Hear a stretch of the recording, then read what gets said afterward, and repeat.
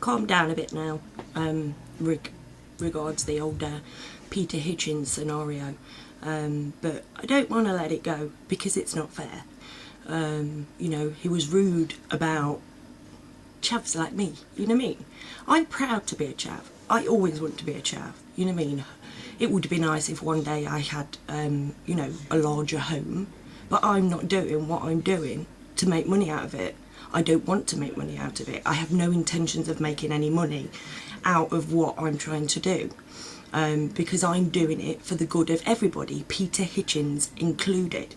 Now, because I choose to do it for free, and I choose to not clamber over my friends, people who live around me, or anybody, to do so because I'm doing it for everybody, I'm seen as substandard. And this is one of the areas that we seriously have to change in human behaviour, because we're taught to feel like that about each other. You know, he genuinely feels disdain at people like me, and he although he rakes in some good numbers, and I'm sure he has a lovely, nice little house and a nice little family, you know, well, I'm assuming, but then that's what he did too.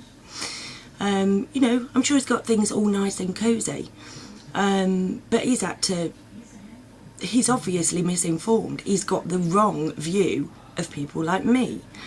Now, I know that I'm not wealthy, yeah, and I know that I'm not poor.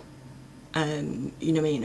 Obviously, everybody has money worries. Even if you're Peter Hitchens, has money worries, because that's the way the numbers are designed. Well, they're not well, they're designed, but they're not meant to add up. And obviously, people like Peter Hitchens, who I'm sure has got a mortgage and whatever, will be feeling the credit crunch more than travs who can't afford to get houses and whatever. So that way, you know, I'm a bit of a one-up, but I'm not going to laugh at him for it because I'm not like him. Now, he said, you know, we're not poor compared to sort of, you know, people abroad. And I found it quite funny that he said, I've seen poor here, I've seen poor people there, and I've seen poor people there. And it's like, lucky you for being able to travel the world, mate. You know, rub it in, why don't you, to all these chavs who I'm sure he wasn't expecting to be reading the paper that day. I'm sure he thinks he can't read. I was probably thinking I was too busy jacking up or something. But the thing is, there shouldn't be poverty or inequality to the lengths that there are now, anywhere. And there is. It's very, very simple to make that happen. Very, very simple indeed. And I will explain it to anybody, including Peter Hitchens. I work for free. Get me where you are, and I will explain everything to you. Other than that, you can just wait for my videos to come out, and I'll get it out eventually, because I only have 10 minutes. But the thing is, let's take electricity for example. Every week we're going to the shop about 3 or 4 times a week to put electricity in our meter. Yeah, because we can only afford to put a few pounds on it, because we're scum. We're the scum that people like Peter Hitchens hates. So we don't deserve any electricity, eh, Peter? We don't deserve any because we smell of smelly poo and smelly wee. But so if you take it, you know, in contrast, you've got your average travvy family like myself who like can't afford to pay. You know, we have to put it on pound by pound because that we can't afford to stick 20 quid on. We don't have 20 pound to go and put on electricity, right?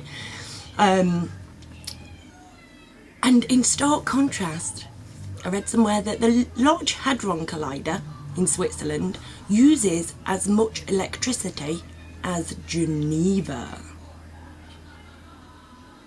Now, I'm actually quite environmentally conscious, and I do like to switch my lights off and save my electricity wherever. So I would probably do that even if it wasn't a case of not being able to afford electricity very often. Yeah? But there's been times when me and my children have sat in the dark. Now, Peter Hitchens, you would probably imagine that at those times I'd just go off and get pissed and forget about it. Leave the kids playing with the Lego, Bob's your uncle. No, we actually have really good family times. Bailey, please stop barking, darling. There's a good girl.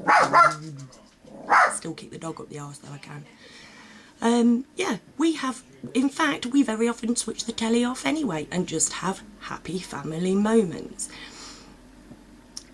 It doesn't make us scum because we have no money. Basically, my message, whatever money you have, it can be taken away like that.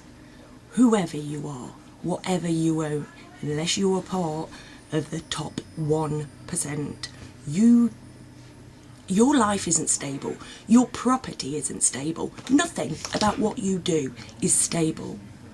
I'm trying to fight that for us, and I don't like being told that I'm scutty because I'm not prepared to shit on my friends for it. See you soon. I've got to stop winking. Take care.